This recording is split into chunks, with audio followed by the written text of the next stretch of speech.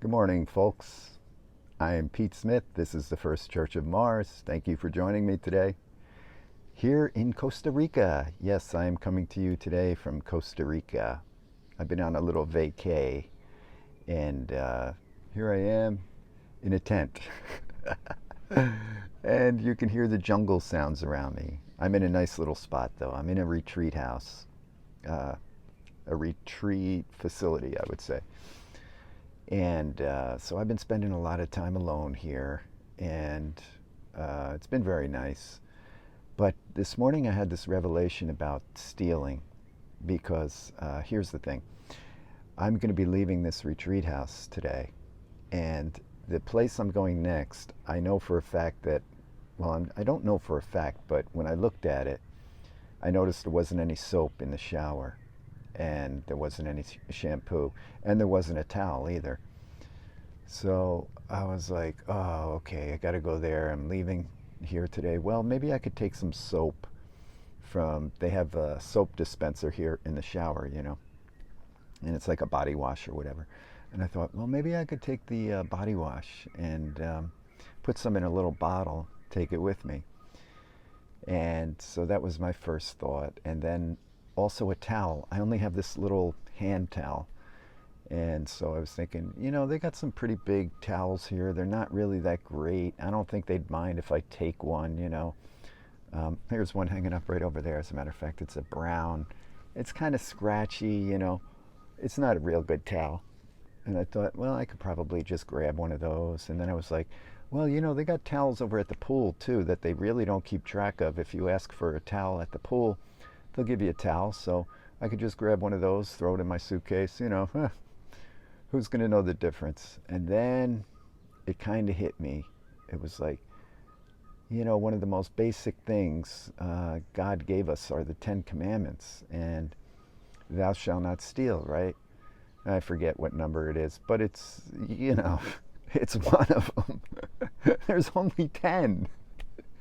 Don't do these 10 things. And, I used to always look at stealing. So I would look at the commandments that thou shalt not steal and, covet thy neighbor's goods or covet thy neighbor's wife and this and that.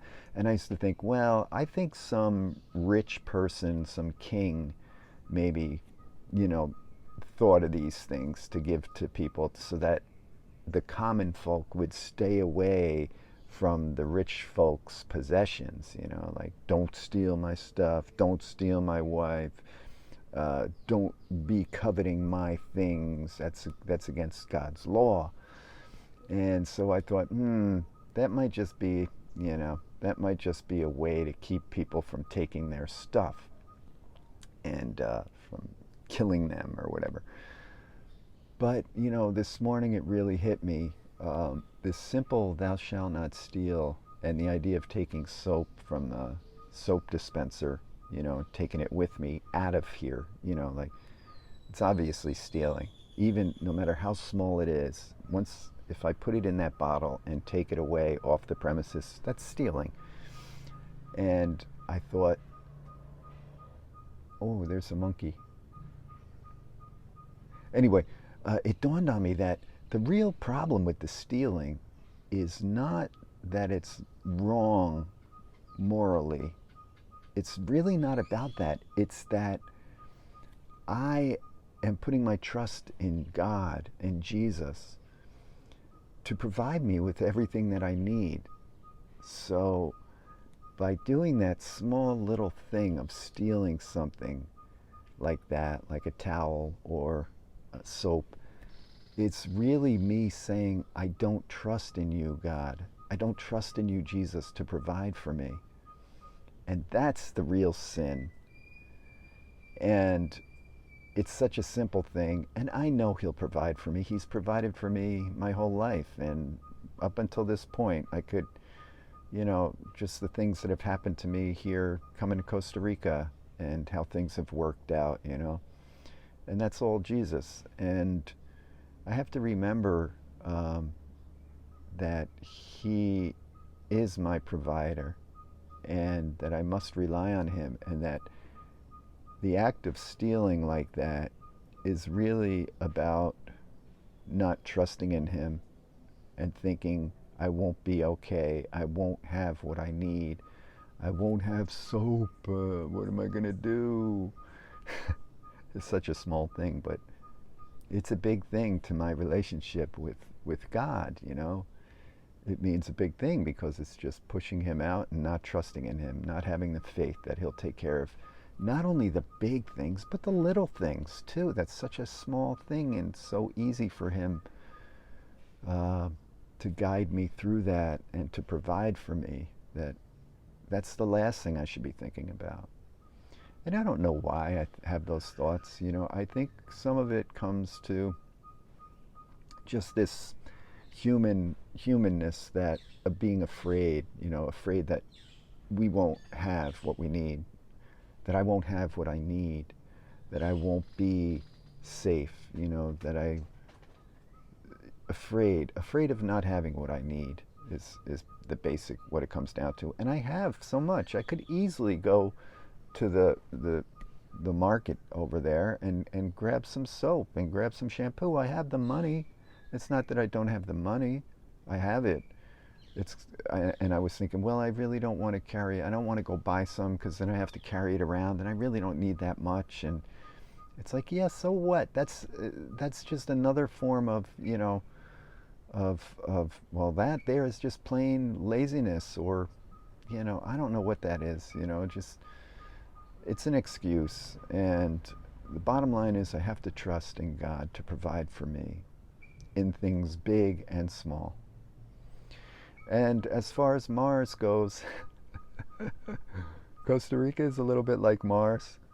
So, back to the First Church of Mars, I see a lot going on in the news, as we all do.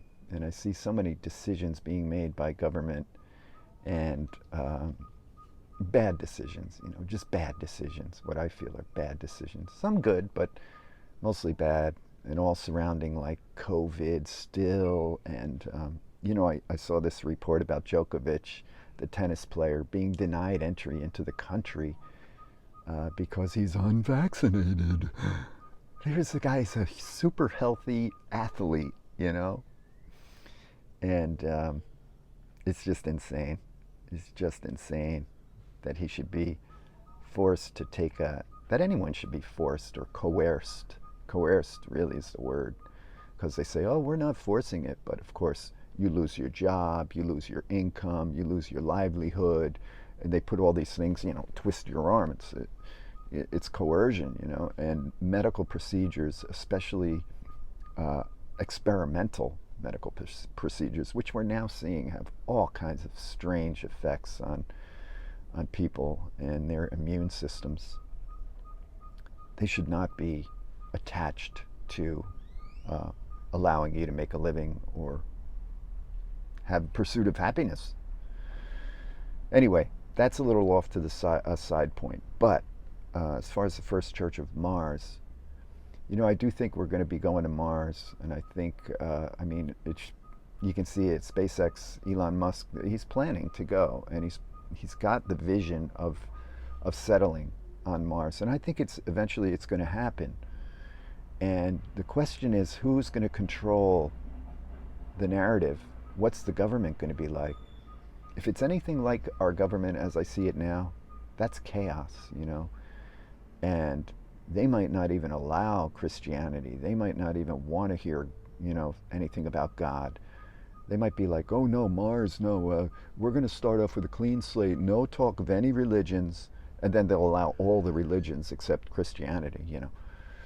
But yeah, I think we really have to be prepared for